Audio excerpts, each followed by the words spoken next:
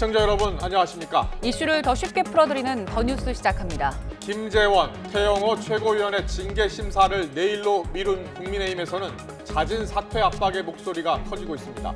민주당 김남국 의원의 거액 코인 보유 의혹을 놓고도 여야 공방이 이어지고 있습니다. 더 정치 시간에 풀어드리겠습니다. 청소년들이 많이 찾는 온라인 우울증 커뮤니티가 고통과 아픔을 호소하고 싶어하는 10대 약점을 이용하고 있습니다. 불법 동영상을 만드는 등 범죄로 활용되고 있어서 제2의 N번방이 되고 있다는 우려가 나오고 있습니다. 전문가와 문제점 대책 짚어보겠습니다. 먼저 오늘의 주요 뉴스부터 보시겠습니다. 윤석열 대통령이 취임 1년을 하루 앞두고 외교 안보에서 글로벌 질서의 중심에 서고 북한의 선의에만 기댔던 안보도 탈바꿈했다며 지난 1년을 자평했습니다. 김남국 의원의 거액 코인 논란 속에 민주당은 오는 14일 쇄신 의총을 열어 코인 논란과 전당대회 돈봉투 의혹 등으로 촉발된 당 신뢰 위기를 진단하고 회복 방안을 논의합니다. 국민의힘 윤리위원회가 설화를 빚은 김재원, 태영호 최고위원의 징계 심사를 내일 다시 열기로 한 가운데 두 의원은 잦은 사퇴 의사가 없다는 입장을 분명히 했습니다. 잠시 뒤 열리는 국회 외교통일위원회에선 오는 23일 일본 후쿠시마 원전 오염수 시찰단 파견을 놓고 여야 공방이 예상됩니다. 박진 외교부 장관은 안전 문제는 어떤 타협도 있을 수 없다고 강조했습니다. 주가 조작 사건의 핵심 인물로 꼽히고 있는 투자자문업체 나덕현 대표가 오늘 자택에서 체포돼 합동수사단의 조사를 받고 있습니다. 최근 5년간 국민 생활과 밀접한 100대 업종 가운데 온라인 쇼핑 등 통신 판매업과 펜션은 크게 늘어난 가운데 호프 전문점과 여관, 호텔은 줄어든 걸로 나타났습니다.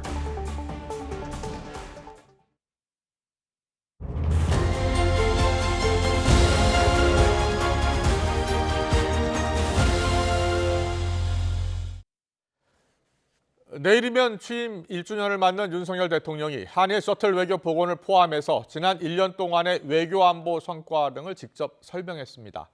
전세 사기 피해와 마약 수사를 언급하면서는 지난 정부 그리고 야당을 비판했습니다. 오늘 국무회의 모두 발언에서 나왔는데요. 사실상 취임 1년 담화처럼 발표가 됐습니다. 취재기자 연결합니다. 박소정 기자. 네, 용산 대통령실입니다. 네, 대통령이 직접 2주 연속 국무회의를 주재한 셈이 됐는데요. 취임 1주년을 앞두고 준비한 발언이라고 볼 수 있겠죠? 그렇습니다. 오늘 국무회의 모두 발언은 한일 정상 간 셔틀 외교 복원의 의미를 전하는 것뿐 아니라 지난 1년 동안의 성과를 요약해서 직접 설명하는 자리였습니다. 12분 동안 이어졌는데요. 취임 1년 기자회견이나 간담회는 별도로 열지 않을 방침이라 오늘 발언이 사실상 국민을 상대로 한 담화였습니다. 먼저 한일 외교 성과에 대해 윤석열 대통령은 기시다 총리가 강제 동원 피해자들에 대해 가슴 아프게 생각한다라고 말했다며 어두운 과거를 외면하지 않고 진정성 있는 자세로 대한다면 한일 양국이 새 미래를 열어갈 수 있다고 강조했습니다. 기시다 총리가 직접 강제징용 피해자라는 주어를 말하진 않았는데 윤 대통령이 이것을 피해자들을 지칭한 말이라고 꼭 집어서 부연한 겁니다. 후쿠시마 오염수 처리 관련 현장 시찰단 파견 등을 이번 회담 성과로 꼽으면서는 다음과 같이 말했습니다. 들어보시죠. 불과 얼마 전까지만 해도 상상할 수 없었던 일들이 지금 한일 간에 이루어지고 있습니다. 한일 관계가 과거 가장 좋았던 시절을 넘어 새로운 미래를 개척해 나갈 수 있을 것입니다. 윤 대통령은 또 취임했던 1년 전을 생각하면 외교 안보만큼 큰 변화가 이루어진 분야가 없다면서 한미 정상회담, 나토 정상회의, 또 유엔 총회를 계기로 했던 뉴욕 구상 등 그동안의 외교 행보로 인한 성과를 잇따라 설명했습니다. 대한민국 1호 영업사원으로 정상 세일즈 외교를 펼쳤다며 경제 외교도 내세웠는데요. 사우디 빈살만 왕세자 방한 때 40조 원에 달하는 양해각서를 체결했고 UAE 국빈 방문에선 300억 달러 투자를 유치했다면서 스타트업과 중소기업들이 도약하는 데 큰 힘이 될 것이라 기대했습니다. 대북 안보에 있어서는 한미 정상이 합의한 워싱턴 선언과 핵협의그룹 창설로 전례 없는 미국의 방위 약속을 받아냈다고 언급했습니다. 또 다층적인 국제관계 속에 한국이 세계 평화와 번영의 허브 역할을 할 것이라며 우리 안보와 경제, 기업, 국민 모두에 유익한 것이라고 덧붙였습니다. 전세 사기와 마약 범죄에 대해 언급할 때는 이 전 정부와 야당을 비판했다고요. 그렇습니다. 윤 대통령은 전세 사기뿐 아니라 주식과 가상자산 등 투자 사기로 서민과 청년 세대가 절망하고 있다며 약자 대상 범죄라고 거듭 규정했습니다. 그리고 그 원인을 지난 정부로 돌렸습니다. 집값 급등과 시장 교란을 초래한 과거 정부의 반시장적, 비정상적 정책 때문이라는 겁니다. 들어보시죠. 증권 합수단 해체로 상징되는 금융시장 반칙 행위, 감시 체계의 무력화는 이러한 가상자산 범죄와 금융투자 사기를 활개치게 만들었습니다. 적의 선의에 기댄 가짜 평화처럼 범죄자의 선의에 기대는 감시적발 시스템 무력화로 사회적인 약자들을 절망의 늪으로 밀어넣었다. 이런 표현도 썼습니다. 또 마약 범죄를 언급하면서는 과거 정부의 검찰 개혁 과정에서 법 집행력이 현격히 위축됐다고 지적하면서 야당을 싸잡아 비판했는데 들어보시겠습니다. 무너진 시스템을 회복하고 체감할 만한 성과를 이루기에는 시간이 필요합니다. 거야 입법에 가로막혀 필요한 제도를 정비하기 어려웠던 점도 솔직히 있습니다. 마지막으로 윤 대통령은 오는 16일 6년 만에 실시하는 민방위 훈련을 공지했는데요.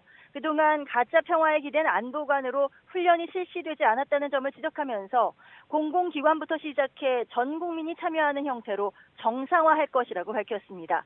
지금까지 용산 대통령실에서 YTN 박소정입니다. 윤석열 대통령이 취임 후 지난 1년 동안 줄곧 강조해온 말이 있습니다. 바로 자유와 연대입니다. 이 같은 기조가 대외 정책에는 또 어떤 변화를 주고 있는지 김문경 기자가 짚어봤습니다. 1년 전 윤석열 대통령의 취임사를 관통하는 단어는 자유였습니다. 자유와 평화는 불가분의 관계라는 국정 기조가 향후 대외 정책에도 적용될 것임을 예고했습니다. 자유민주주의는 평화를 만들어내고 평화는 자유를 지켜줍니다. 그리고 평화는 자유와 인권의 가치를 존중하는 국제사회와의 연대에 의해 보장됩니다. 이 같은 기조는 취임 11일 만에 이뤄진 첫 번째 한미 정상회담에서 확인됐습니다. 자유를 위협하는 북핵에 맞서 한미 연합훈련과 한미 동맹을 강조하며 군사 안보를 확장하기 시작했습니다. 이런 핵 공격에 대비한 양국의 연합훈련 역시도 다양한 방식으로 필요하지 않느냐 하는 것에 대한 논의도 있었습니다. 2018년 이후 중단됐던 사단급 야외 실기동 훈련이 5년 만에 부활하고 북핵 억제를 위한 미국 전략 자산의 한반도 전개가 잇따랐습니다. 역사 문제도 자유를 지키는 가치 연대에 따라 변화를 맞이합니다. 강제징용 등 과거사 문제로 얽힌 한일 관계의 해법으로도 작용한 겁니다. 과거사가 완전히 정리되지 않으면 미래 협력을 위해 한 발자국도 내디딜 수 없다는 인식에서는 벗어나야 한다고 생각합니다. 안보는 미국, 경제는 중국이라는 안미 경중의 균형 외교 대신 자유의 가치 연대 쪽으로 조금 더 기울면서 논란도 여전합니다. 대북 정책은 대화와 평화를 우선했던 전임 정부와 달리 북한의 선 비핵화에 달려 있다는 실용주의 원칙론에 입각한 담대한 구상으로 대체됐습니다. 지난 1년간 이 같은 대외 정책의 기틀을 다졌다면 미중 갈등과 우크라이나 전쟁 등으로 복잡해지고 있는 정세 속에서 안보와 경제를 함께 극대화할 수 있을지가 향후 과제가 될 전망입니다. YTN 김문경입니다. 윤석열 정부는 노동과 교육, 연금 이 3대 개혁 가운데에서도 노동개혁을 최우선 기치로 내세웠습니다.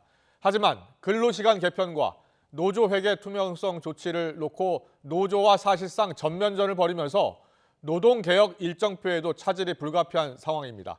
지난 1년간의 노동개혁 이슈와 향후 과제를 살펴봤습니다. 최명신 기자입니다. 지난해 11월 안전운임제 확대를 요구하며 파업에 돌입했던 화물연대는 파업 16일 만에 현장에 복귀했습니다. 파업에 반대하는 국민 여론이 많았던 데다 정부의 업무 개시 명령까지 발동되자 파업 철회를 결정했습니다. 자신감을 얻은 정부는 노동개혁에 속도를 냈습니다. 상생임금위원회와 노동시장 이중구조 개선연구회 등 올 상반기까지 개혁 결과물을 도출하기 위해 전문가 협의체만 5개를 꾸렸습니다. 노동 문제가 정쟁과 어떤 그 정치적인 문제로 흘러버리게 되면은 정치도 망하고 우리 경제도 망하게 된다고 저는 생각합니다. 하지만 지난 3월 노동시간 유연화 정책이 주 69시간 강제 노동으로 여론의 문매를 맞으면서 스텝이 심하게 꼬였습니다. 특히 우군으로 여겼던 MZ세대의 반발이 뼈아팠습니다. 근로시간이 늘거나 근로시간 증가에 대한 명확한 예방책이 없이 시행되는 유연화에 대해서는 반대하고 있습니다. 근로시간 개편과 함께 공을 들였던 노조 회계 투명성 강화 조치도 노동계의 극한 반발을 불렀습니다. 정부는 회계 서류를 제출하지 않은 42개의 노조에 대해 정부 보조금을 중단하고 과태료를 부과했습니다. 이에 양대 노총은 노조 자주권을 침해하고 직권을 남용했다며 노동부 장관을 공수처에 고발했습니다. 특히 건설 노조를 건폭으로 규정하고 수사하던 과정에 조합원 분신 사망 사건이 터지며 노정 갈등은 최악의 상황으로 치닫고 있습니다. 노동계는 정권 퇴진 구호를 공식화했습니다.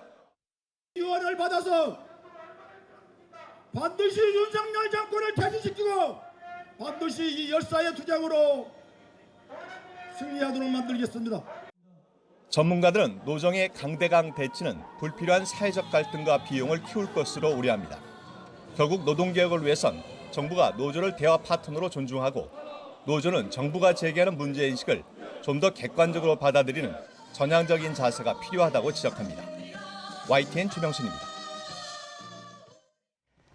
한때 60억 원대 가상화폐를 보유하고 이상거래 의혹까지 받는 민주당 김남국 의원을 둘러싼 논란이 본인의 거듭된 해명과 사과에도 가라앉지 않고 있습니다. 지도부를 포함한 민주당 안에서도 앞뒤가 맞지 않는다, 사과부터 해야 한다는 비판이 이어지고 있는데요. 국회 취재기자 연결합니다. 정현우 기자. 네, 국회입니다. 네, 김남국 의원의 해명을 두고 민주당 안에서도 비판이 계속되고 있는데 어떤 이야기가 나옵니까?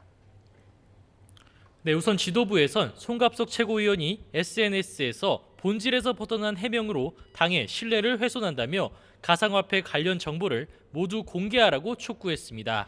또 당내 경제통으로 꼽히는 이영우 의원은 440만 원만 현금화했다는 설명은 앞뒤가 안 맞는다.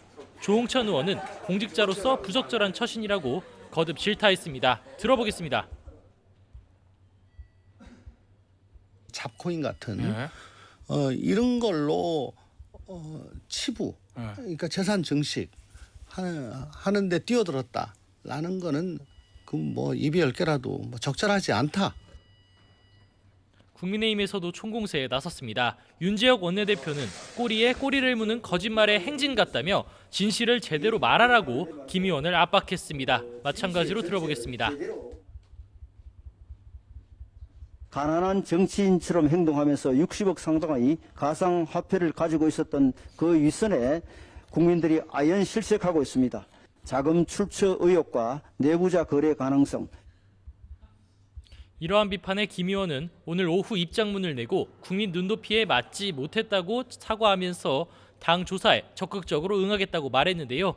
앞서 아침 유튜브 방송에선 의혹 해명에 집중했습니다. 전세자금 6억 원으로 투자한 주식을 팔아서 가상화폐에 재투자한 것이라며 자금 출처를 해명했고 내부 정보 취득 의혹도 강하게 부인했습니다. 또 혐의가 인정이 안 돼 법원에서 계좌 추적 영장도 기각됐다며 검찰의 정치 수사가 의심된다고 지적하고 코인 과세, 유예 법안 공동 발의도 문제가 안 된다고 강조했습니다. 다만 어떠한 가상화폐를 구체적으로 사고 팔았는지 또 거래에서 얼마나 많은 이익이 생겼는지에 대해서 아직 구체적인 소명이 부족해 보인다는 지적이 나오고 있습니다. 네, 이번엔 국민의힘 상황 알아보죠. 태영호 최고위원이 자진 사퇴를 거듭 거부하는 입장이라고요. 네, 국민의힘 윤리위는 어제 회의에서 사실관계를 추가로 확인할 게 있다면서 태영호, 김재원 두 최고위원의 징계 결정을 내일로 미뤘습니다. 정치적 해법에 따라서 징계 수위가 달라질 수 있다는 점을 시사한 황정근 윤리위원장의 어제 발언을 두고 사실상 자진 사퇴 기회를 준 것이라는 분석이 나오고 있는데요. 태영호 최고위원은 오늘 오전 국회에서 기자들과 만나 황 윤리위원장이 말한 정치적 해법이 무슨 의미인지 고민하고 있다고 말했습니다. 하지만 자진 사퇴에 대해서는 지금 시점에서 추가로 할 말이 없다고 선을 그었습니다. 들어보겠습니다. 규정에 저는 입각해서 저는 결정을 내려야 한다. 그러한 결정 수위나 결정에 그 어떤 정치적 행보에 따라서 그것이 올라갈 수도 있고 내려갈 수도 있다. 이 점에 대해서는 저는 아직 잘 이해가 되질 않아요. 이러한 가운데 김기현 대표는 오늘 아침 기자들과 만나 최고위원 자진 사퇴에 대해선 답을 피하면서도 중징계가 나와도 지도부 공백 우려는 없다고 말했습니다. 마찬가지로 들어보겠습니다. 일부 잠시 결혼이 되는 경우는 있을 수 있겠지만 공백이라 어떻게 그게 공백이죠? 그럼 다른 지도부는 다 그럼 투명 인간일까요? 네, 국회 외통위가 이제 시작되는데 한일 정상회담 성과를 둘러싸고 여야의 대치가 예상된다고요? 네, 오후 2시에 예정된 국회 외교통일위원회 현안 질의에서 어제 끝난 한일 회담 결과를 두고 공방이 펼쳐질 전망입니다. 여기서 민주당은 과거 문제와 독도 영유권 문제에 대한 명확한 일본의 답변을 끌어내지 못했다고 공세를 펼칠 것으로 예상됩니다. 반면 국민의힘에선 전 정부 때보다 대일 관계가 원만해졌다고 강조하며 과거사와 경제 분야 등에서 양국 사이 진전이 있다고 반박할 것으로 보입니다. 지금까지 국회에서 전해드렸습니다. 민주당 김남국 의원의 가상화폐 투자 논란 더 알아보죠. 김남국 의원은 논란에 대해서 해명을 했죠. 보유하고 있던 주식을 팔아서 투자했고 거래 과정에도 문제가 없다고 밝혔는데요. 본인 해명과 재산 공개 내역을 종합해 보면 가상화폐 투자 원금 10억 원은 이미 현금화한 걸로 보이고 지금도 9억 원 이상의 가상화폐를 보유하고 있습니다. 부장원 기자가 짚어봤습니다. 김남국 의원이 국회의원에 당선된 뒤 4차례 신고한 재산 내역을 살펴봤습니다. 2020년 LG디스플레이 주식 48,672주를 사들여 5만 주 넘게 보유했습니다. KT와 한국전력 주식은 모두 팔았고 서울 상도동의 아파트 전세금 6억 원도 보탰습니다. 주식 가격은 9억 4천만 원으로 신고했습니다. 김 의원은 이듬해 1월 13일 주식을 전량 매도해 9억 8천여만 원이 생겼다고 밝혔습니다. 이 돈 전부를 가상화폐 초기 투자금으로 썼다고 했습니다. 2월 9일 3억 원, 11일 2억 원, 12일 5억 원. 그런데 김 의원의 2021년치 재산 공개 내역을 보면 농협 예금이 10억 원 이상 늘었습니다. 보유 주식 매도 금액이라는 설명이 적혀 있습니다. LG 디스플레이 주식 매도 금액을 재산 공개 내역에서는 예금했다고 하고 이번에는 가상화폐에 투자했다고 밝힌 셈인데 가상화폐에 투자해서 수익을 거두자 이때 투자 원금만큼을 현금화해서 예금 계좌에 넣었을 가능성이 있습니다. 김 의원도 YTN 기자와 만나 가상화폐에 투자해서 9억 원 정도 수익이 났다고 밝혔습니다. 지난해 구한 전셋집 보증금도 가상화폐 투자 수익금과 관련이 있어 보입니다. 서울 여의도 오피스텔과 경기 안산시 아파트 전세 보증금 8억 원이 새로 등장했는데 이때 가상화폐 원금 회수 계좌로 보이는 농협은행 예금이 6억 9천만 원가량 감소했고 그 이후에 전세보증금과 생활비를 적어놨습니다. 김남국 의원은 현재 자신의 실제 재산이 21억 원 정도이고 여기서 가상화폐는 9억 1천여만 원 수준이라고 밝혔습니다. YTN 부장원입니다. 김남국 의원이 투자했다는 위믹스 코인은 연말쯤에 가격이 폭등했습니다. 김 의원이 10억 원 가까이를 한꺼번에 투자한 배경에 관심이 쏠리고 있습니다. 이어서 황윤태 기자가 보도합니다. 김남국 의원은 2021년 1월 보유하고 있던 LG 디스플레이 주식을 전부 팔고 10억 원 가까이를 가상화폐에 투자했습니다. 2021년 2월 9일과 11일, 12일입니다. 당시 위믹스 코인의 가격은 개당 180원 정도였습니다. 조금씩 오르던 코인 가격은 10월부터는 가파르게 치솟았습니다. 최고가를 찍었던 2021년 11월 22일 코인 한 개의 가격은 28,900원으로 160배 이상 올랐습니다.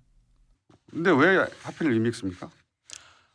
가상화폐가 발행하는 회사가 되게 실체가 없거나 페이퍼 회사인 경우가 많습니다. 그런데 위믹스 같은 경우에는 상장사인 그 아주 대형 회사인 위메이드가 발행한 코인이었기 때문에. 하지만 위믹스 코인은 고점 직후부터는 폭락하기 시작했습니다. 김 의원은 입장문을 통해 2022년 2월 가상화폐가 폭락을 거듭하자 더 보유해서는 안 되겠다는 생각에 일부를 다른 가상화폐에 재투자했다고 밝혔습니다. 김남국 의원이 위믹스 코인을 얼마에 샀고 일부를 얼마에 팔았는지는 확인되지 않았습니다.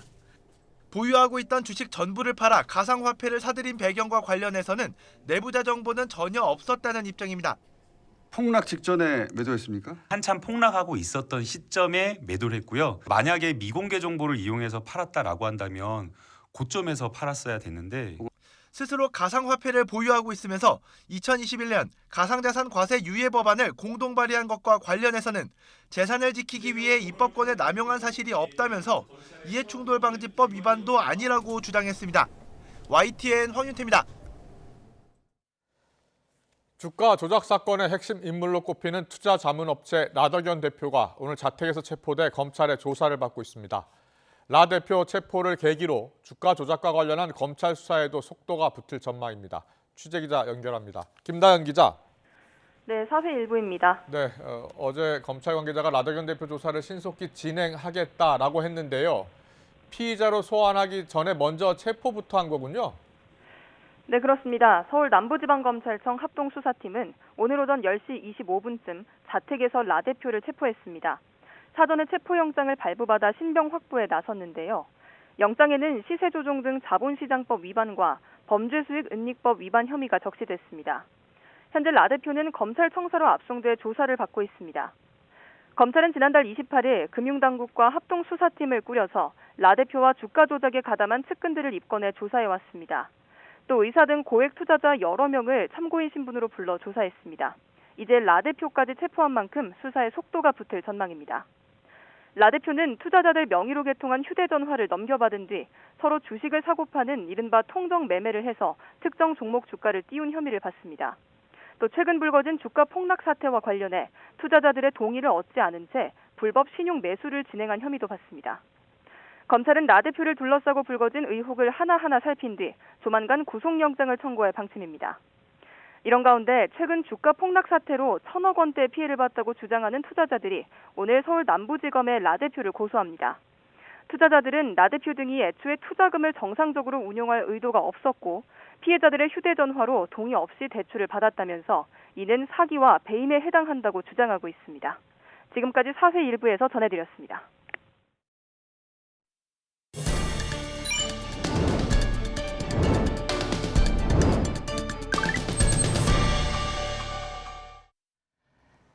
아홉 살 초등학생이 스쿨존에서 만취운전 차량에 치여 숨진 사건 이후 음주운전에 대한 경각심이 높아졌죠. 그럼 우리 사회는 얼마나 달라졌을까요?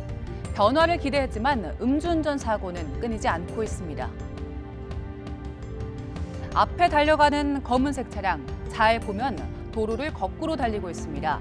만취 상태로 역주행한 운전자는 경찰에 검거됐습니다. 전북 완주군에서는 혈중 알코올 농도 면허 취소 수준인 만취 상태로 차를 몰던 운전자가 산책하던 40대 부부를 덮쳤습니다. 이 사고로 부인은 숨졌고 남편은 크게 다쳤습니다. 음주운전 적발 건수가 해마다 줄고 있긴 하지만 문제는 재범률입니다. 2021년 기준 음주운전으로 2번 이상 적발된 사람이 전체의 44.5%였습니다. 음주운전자 절반 가까이가 술을 마시고 상습적으로 운전대를 잡은 건데요. 누적 7번 이상 적발된 건수도 1,000건에 달했습니다. 높은 재범률의 이유 중 하나로 솜방망이 처벌이 꼽힙니다. 혈중 알코올 농도가 0.03에서 0.2% 사이인 경우 실형을 선고받는 비율이 0.3%였는데 집행유예는 19.2% 그리고 벌금형은 79.3%였습니다. 그리고 혈중 알코올 농도가 만취 상태인 0.2% 이상인 경우도 실형을 선고받는 비율은 2.6%에 불과했습니다. 법원의 선고 사유를 보면 범행을 인정하고 또 반성하고 있다거나 피해자와 합의한 점을 참작했다고 밝힙니다.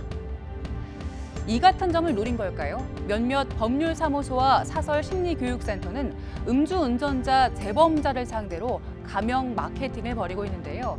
대신 반성문을 써주거나 교육 수료증과 캠페인 활동 증명서를 발급해주기도 합니다. 음주운전자들이 모인 온라인 카페도 있습니다. 반성문을 대신 부탁한다든지 합의와 벌금 등 상대적으로 가벼운 처벌을 받기 위한 정보를 얻으려고 모인 건데요.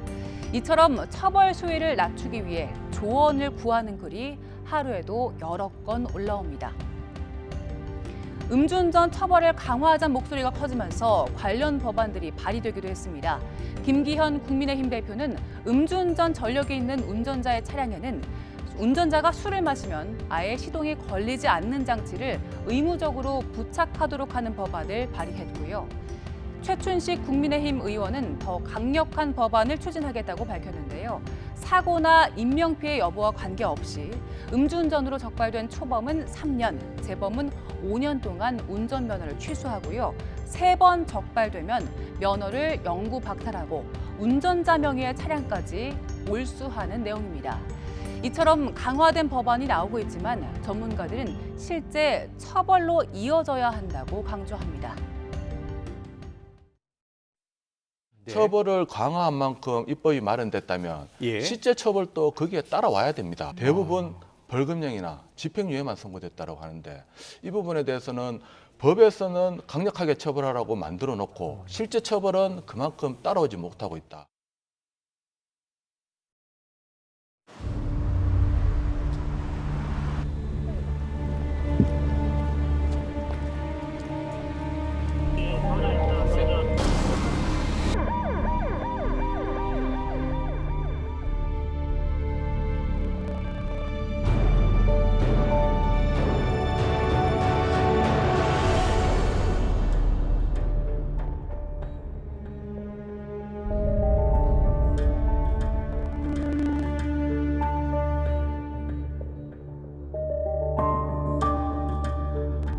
성착취 피해자로 심리적으로 불안정한 10대, 20대 여성을 지칭하는 신조어가 생겨나고 집단적 성범죄를 모의하는 정황이 드러나 진화된 N번방이라고도 불리고 있습니다.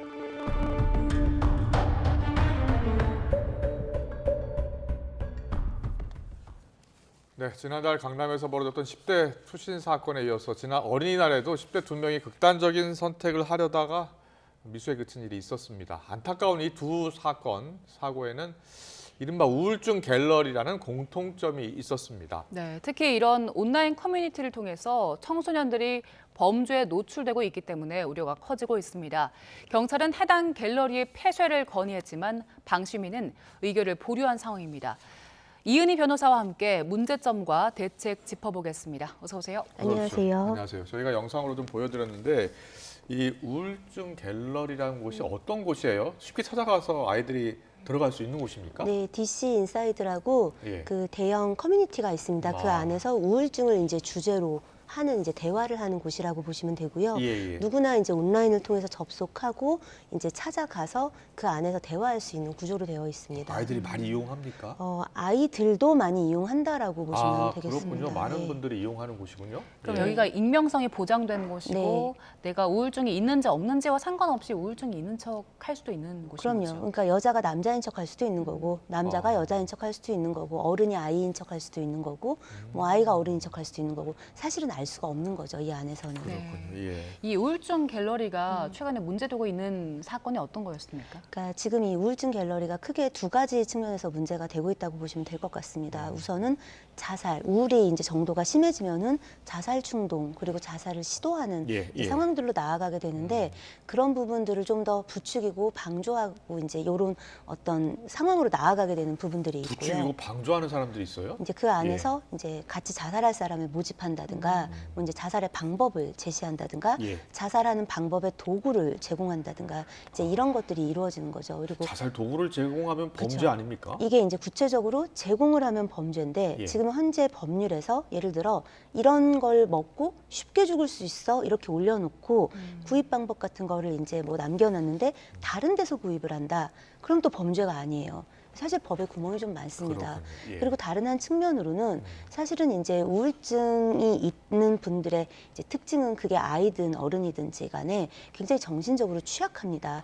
이제 이런 사람들의 정신적 취약함을 이용해서 이제 금전적인 사기를 한다든가 아니면 이제 폭력을 행사한다든가 성범죄를 저지른다든가 성착취를 한다든가 이런 것들로 이제 나아가는 일들이 지금 되게 많습니다. 그래서 사실은 지금 우울증 갤러리 이제 특정 사이트만의 문제는 아니겠지만 이런 식으로 우울증을 이제 가지고 있는 사람들, 뭐 조울증을 가지고 있는 사람들 대상으로 뭔가 대화하고 뭔가 우리가 위로해 줄게라는 목적으로 만들어진 사이트 안에 사실은 그러니까 어떤 어두운 부분도 지금 발생하고 있는 건 엄연한 사실인 거죠. 그렇군요. 예. 자, 그렇다면 여기에 가면 이 갤러리에 들어가면 실제로 위로를 받는 분들도 있어요? 사실은 이 사이트 안에서 이제 어떤 익명성이 보장된 상황에서 내가 이제 현실에서 누군가를 붙잡고 하기 어려운 이야기 혹은 남이 잘 안 들어주는 이야기 또 내가 내 행동이나 내 말이 이상해 보이지 않을까라고 할 만한 것들을 여기다 이제 털어놓고 다른 사람들이 괜찮아 나도 그래요 뭐 이해합니다라는 말들 안에서 위로를 되게 많이 받아요. 그리고 뭐 어디를 가보라든가 뭐 어떤 병원이 좋다든가 이런 정보도 사실 상당 부분 유통이 되고 있고 그래서 실은 이제 안 좋은 글보다는 이제 전체적인 범주를 보면 사실은 그냥 일반적인 글들이 훨씬 더 많긴 한 거예요. 그게 이제 방통위에서 이번에 이걸 전격적으로 폐쇄하는 결정까지는 내리지 못한 유보하고 있는 그 그렇군요. 이유입니다. 긍정적인 측면도 분명히 존재하니까. 그렇습니다. 우울증을 겪는 게 이제 뭐 청소년뿐만 아니라 성인도 취약하다고 말씀은 하셨지만 유독 이 갤러리에 청소년들이 많이 유입된다고 하는데 그 이유가 뭡니까? 청소년들이 갈 데가 없어요. 이게 오프라인상에서도 갈 데가 없지만 온라인상에서도 그건 마찬가지입니다. 특히 누가 갈 데가 없냐? 고민이 많은 아이들이 갈 데가 없습니다. 우리는 학원을 많이 가지고 있죠. 공부할 곳은 많이 가지고 있어요. 그냥 아예 위락시설, 돈이 쉽게 되는 곳들은 가지고 있어요.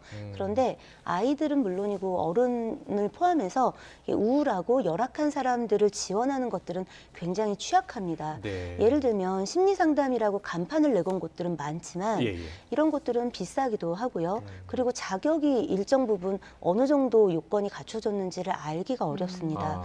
가장 결정적으로 아이들은 어른이랑 달라요. 어른들은 신체와 정신이 어느 정도 이 발달 상태가 균형이 잡혀져 있는 상황인데 아이들 같은 경우는 신체는 발달하지만 한창 정신적으로는 이제 그 가지치기처럼 이제 아이들의 정신적인 성장이 일어나고 있는 시기라 자기 정체성의 균형이라든가 이런 게 잘 맞지 않고 혼란을 많이 겪습니다.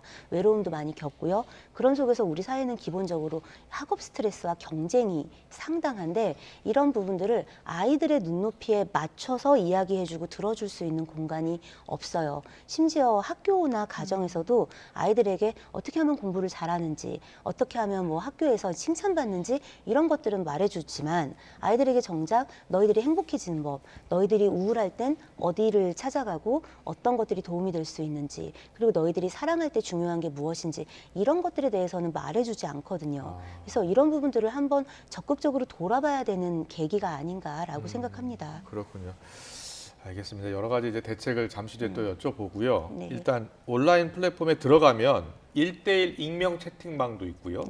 또 정신과 상담소라고 이름이 적혀 있는데 실제로는 아닌 경우가 많다고요? 정신과 상담소가 실제로 이제 운영되고 있다면 거기서 할 이유가 없겠죠. 그렇죠. 그러니까 사실은 여기에 와서 정신과 상담소라는 간판을 보통 내걸고 이제 있는 이유는 여기서 상담할 수 있어, 내가 상담해 줄게 이런 거예요. 근데 이런 걸 운영하는 사람들 중에는 상담 자격증이 아예 없는 사람들은 물론이고 뭐 타로 상담하는 사람, 뭐 여러 가지 그냥 그 우리가 생각할 때 이런 분들도 상담소라고 이름을 내걸 수 있어? 라고 할 만한 사람들이 다수 유입이 돼 있습니다. 심지어 아까 말씀드린 이제 이런 청소년이나 정신적으로 열악한 지위에 있는 사람들을 이용해서 범죄를 하려는 사람들도 이런 간판을 내걸어요. 왜? 유입이 되기 쉽잖아요. 그런데 이것에 대해서 제지하거나 관리하는 이제 어떤 그 주체나 어떤 역할은 굉장히 미약한 것이죠. 네. 위로가 필요해서 온 청소년들인데 네. 이 아이들이 이제 디지털 성범죄에 노출되는 경우도 많다는데 이게 어떤 수법으로 그렇게 범죄를 저지르는 겁니까? 제가 이제 일선에서 사건을 해보면 청소년들 대부분이 이제 어떤 성범죄에 노출될 때 학교에서 이제 직접적으로 알고 있는 아이들을 통해서 뭐 나아가기도 하지만 굉장히 많은 숫자는 온라인을 통해서 이루어집니다. 아이들은 뭔가 부모하고 공유하기 어렵고 선생님과 공유하기 어려운데 내가 뭔가 친구가 없어. 근데 그 코로나 시기를 거치면서 우리는 더구나 굉장히 아이들의 그 대면 안에서의 그 관계, 소통 관계는 되게 열악해져 있단 말이죠. 네. 그러니까 아이들이 뭐를 굉장히 많이 이용하게 되냐면 온라인 채팅방을 굉장히 많이 이용하게 됩니다. 네. 특히 SNS 상에서도 오픈 채팅방이라고 해서 이제 어떤 태그만 넣으면 바로 이제 막 떠요. 뭐 네. 이제 이런 것들이 때로는 뭐 이제 어떤 그 좀 성적인 그 예, 용어를 예. 함의한 그런 속에서 1대1 채팅방이 되면 그 안에서 여러 가지 대화를 주고받다가 결국 오프라인에서 이제 만남으로 이어지게 되고요. 만나게 됐는데 그 둘 중 한 명이 예를 들어 그 성인이면은 모텔 같은 숙박업소를 잡는 것도 되게 쉬워집니다. 그러면 그런 데로 데려가서 이제 여러 가지 성행위를 하기도 하고 영상 같은 걸 촬영하기도 하고요. 그런데 내가 너를 사랑해. 난 너와 이런 것들을 공유하고 싶어. 나는 너를 너무 사랑해서 네가 내 눈앞에 없을 때도 너를 보고 싶어. 이런 이야기를 하면서 이런 행위로 나아가는 거죠. 아이들은 저항할 길이 없어요. 아, 내가 어느 순간 이게 좀 범죄가 아닌가라고 생각할 때는 너무 늦은 상황이 되고 네. 오히려 이제 그쯤 됐을 때는 자기에게 일어났던 이 범죄 피해가 다시 협박의 도구가 됩니다. 알겠습니다. 네. 자, 그렇다면 우리가 대책을 한번 짚어볼게요. 네. 좀 더 적극적으로 그 갤러리 안에서 범죄가 이루어지고 있다면 네. 경찰도 들어가서 단속도 좀 하고 방통위도 좀 자세히 들여다보고 그래야 되는 거 아닌가요? 사실 이번 사건이 일어나기 전까지 무슨 노력을 했는지는 사실 좀 알기가 어렵죠. 네, 네. 어떤 사건이 보통 크게 나야 이제 이야기가 되는데 사실 그 이후에는 적극적으로 뭔가 수사를 하기에 조금 어려운 점을 갖고 있기 때문입니다. 예를 들면 인력도 적어요. 지금 예. 경찰의 이런 부분과 관련해서 어떤 사이트, 아이들이 많이 들어가서 위험에 노출될 수 있는 사이트에 이제 접근해서 어떤 게시글이 올라와 있고 어떤 댓글들이 올라와 있는지를 점검하기에는 하루에 60만 건 정도의 글이 이 지금 우울증 갤러리에도 올라온다고 하는데 예. 이거를 다 들어가서 볼 수가 없는 거예요. 네, 네. 그런데 그렇다면 우리가 한 번쯤 고민해 봐야 되는 게 그러면 이것을 운영하고 있는 주체, 운영 주체가 이걸 통해 이익을 보고 있잖아요. 예. 그럼 그 사람들에게 여기서 운영되고 있는 어떤 정보가 뭐 음란성 정보든 뭐 아니면 이런 자살과 관련된 이런 정보든 잘못된 정보가 있다면 이 정보를 그 차단하고 이걸 삭제하고 예. 그런 사람들을 강퇴시키는 이런 어떤 의무를 주어야 하는데 현재까지는 법률상 구멍이 있습니다. 예. 지금 일단 경찰과 방심위는 조금 의견 수렴하고 네. 뭐 폐쇄할지 다시 네. 돌아본다고 했고 이 사이트 있잖아요. 사이트에서는 뭐 어떤 움직임이 있습니까? 사이트에서는 현재 반대 성명을 냈습니다. 왜냐하면 반대적인 입장을 표명한 게 예. 지금 여기를 이용해서 일어나는 폐해가 있다 하더라도 예. 그 부분과 상관없이 지금 이 사이트를 통해서 소통하고 도움받는 사람이 훨씬 더 많은데 이런 부분의 표현의 자유라든가 우리의 행복 추구권 같은 것들을 침해해선 되겠느냐, 우리는 이거에 동의할 수 없다라는 예. 입장을 현재 표명한 상황이긴 합니다. 그렇군요. 그래서 사실 험난한 어떤 과정들이 좀 예고되어 있고요. 예. 오히려 이 시점을 통해서 우리 아이들의 우울에 대한 어떤 관리의 부분과 예. 그다음에 이런 커뮤니티를 운영하는 주체에게 우리가 좀 더 적극적으로 그 책임을 예. 부여하는 그 입법 네. 이 부분을 좀 반드시 고민해야 될 것으로 보입니다. 네. 참 우리 아이들이 특히 이제 갈 곳이 없고 네. 또 온라인 상에서도 또 이렇게 위로를 받을 수 있는 곳이 없다 보니까 또 네. 이런 범죄에 이용당하고 있어서 좀 안타까운데요. 마지막으로요. 해외에도 이런 비슷한 범죄가 많을 거 아닙니까?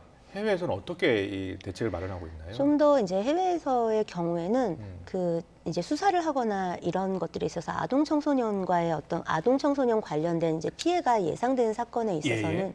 조금 더 적극적인 접근을 해서 수사를 해서 잡아내고 사실은 예. 이제 이게 처벌될 때에도 예. 우리보다는 훨씬 더 엄벌에 처해집니다. 엄벌에 처하고. 네. 예. 그런데 이런 부분들과 관련해가지고 우리는 사실 거의 좀 손을 놓고 있다시피 한 부분이 있고요. 네, 게다가 이 해외에서는 온라인 사이트에 접근하는 어떤 상황도 아동 청소년이 접근하면 안 되는 사이트에 이제 아이들이 접근을 할 때 이 부분을 차단하는 것들이 좀 더 좀 체계적으로 좀 더 엄격히 관리가 되어 있습니다. 근데 우리는 그런 부분에 있어서도 좀 이 처리가 잘 되어 있지 않은 것이죠. 생각해 보면은 휴대폰을 판매한다든가 하는 어떤 과정에서도 이게 청소년이 쓰는 폰이라면 애초에 거기에 어떤 장치들을 좀 더 한다든가 프로그램을 깐다든가 하는 방법도 있고요. 사실 어른들이 적극적으로 고민을 한다면 아이들에게 유해한 것들을 좀 더 차단하는 것들은 완벽할 수는 없지만 그 정도의 장벽을 높이는 건 얼마든지 가능하다고 생각합니다. 알겠습니다. 우리 사회 곳곳에서 할 일이 지금 많습니다. 자, 우울증 갤러리 어떻게 우리가 잘 이걸 양성하고 발전시킬 수 있는 방안도 찾을 수 있을 것 같고요. 한편으로는 절대 이게 아이들이 또 위용당하지 않도록 또 철저한 또 단속도 필요할 것 같습니다. 지금까지 이인혜 변호사와 함께 짚어봤습니다. 잘 들었습니다.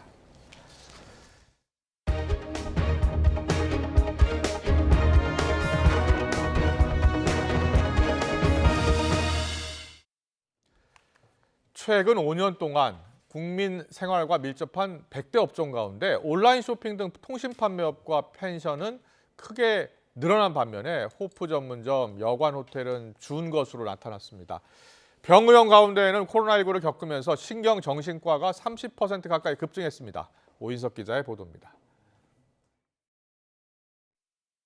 국세청이 국세 데이터를 활용해 국민의 최근 5년간 소비 성향과 생활 방식의 변화를 추적했습니다. 전자상거래의 지속적 성장과 낮은 창업 비용으로 통신 판매업은 2018년 말 21만 8,600개에서 지난해 말 54만 3천 개로 148%나 급증했습니다. 100대 업종 중 가장 높은 증가율입니다. 국내 여행 수요가 늘고 안전하고 프라이빗한 숙소를 선호하는 소비 성향으로 펜션과 게스트하우스는 2배 이상 증가했습니다. 일과 삶의 균형을 추구하는 젊은 세대들이 늘며 피부관리업과 헬스클럽, 스포츠시설 운영업도 눈에 띄게 증가했습니다. 반려동물을 키우는 가구가 늘고 동물에 대한 사회적 인식이 변화하며 애완용품점과 동물병원도 꾸준히 증가했습니다. 반면 회식 문화의 변화와 코로나19로 인한 영업시간 제한 등이 영향을 미치며 간이주점과 호프 전문점은 큰 폭으로 감소했습니다. 비혼 문화와 1인 가구 증가 등의 환경 변화로 예식장도 같은 기간 20% 넘게 줄었습니다. 연령대별로 보면 20, 30대는 통신 판매업과 피부관리업, 40대는 교습학원, 50, 60대는 부동산 중개업 비중이 상대적으로 높았습니다. 코로나19, 저출산, 고령화 등의 환경이 국민들의 소비 성향, 생활 방식에 어떤 영향을 미치는지 살펴본과 동시에 예비 창업자와 취업 희망자, 정책을 수립 연구하는 기관 등에 더욱 유익한 자료로 활용되도록 제공하는 데 의의가 있습니다. 일반 외과의원과 성형외과 등은 남성 사업자 비율이 90% 이상이었고 피부관리업과 예술학원 등은 여성 사업자들이 선호했습니다.